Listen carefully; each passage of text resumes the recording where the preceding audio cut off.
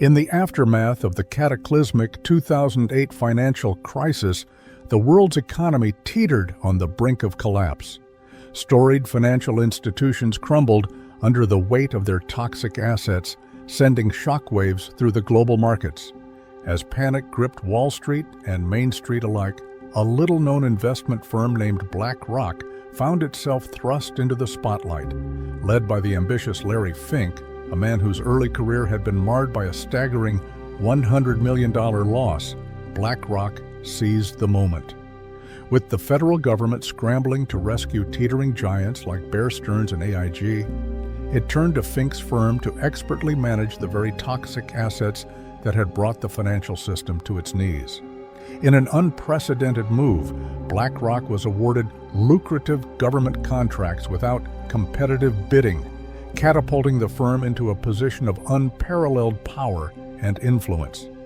As the dust settled on the crisis, Larry Fink emerged as one of the most powerful men in the post-bailout economy. His firm, once a relatively obscure player, now stood astride the financial world, managing a staggering $9 trillion in assets.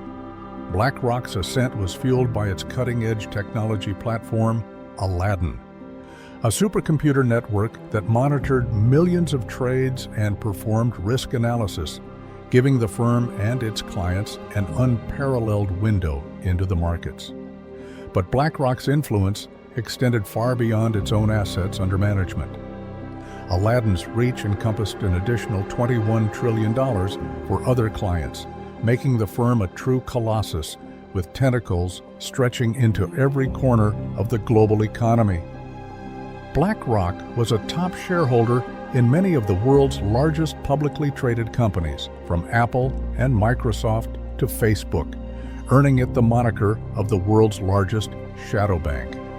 As the years passed, BlackRock's dominance only grew. When the COVID-19 pandemic struck in 2020, once again plunging the world into economic turmoil, the Federal Reserve turned to the familiar face of Larry Fink. This time, BlackRock was tasked with managing the Fed's unprecedented corporate bond and ETF purchases, a move designed to stabilize the markets. Despite potential conflicts of interest, BlackRock held significant stakes in many of the companies it was bailing out. The firm's position of power remained unassailable. Yet, even as BlackRock's influence reached dizzying heights, a new challenge emerged on the horizon.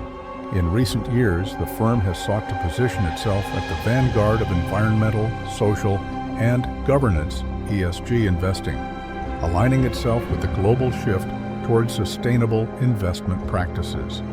BlackRock has pressured heavy polluting companies like ExxonMobil to adopt greener practices, signaling a newfound commitment to addressing the existential threat of climate change.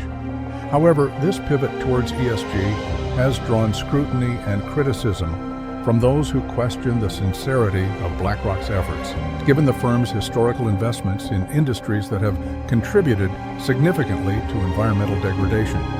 As the world grapples with the urgent need for sustainable solutions, the actions of this financial behemoth will be closely watched, with profound implications for the planet's future.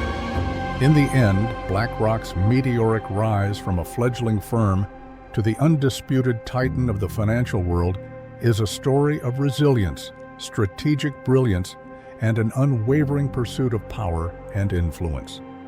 As the firm's reach extends ever further, encompassing not just the financial markets, but the very fate of the planet itself, one thing is certain: the legacy of Larry Fink and BlackRock will be etched indelibly into the annals of history, for better or for worse.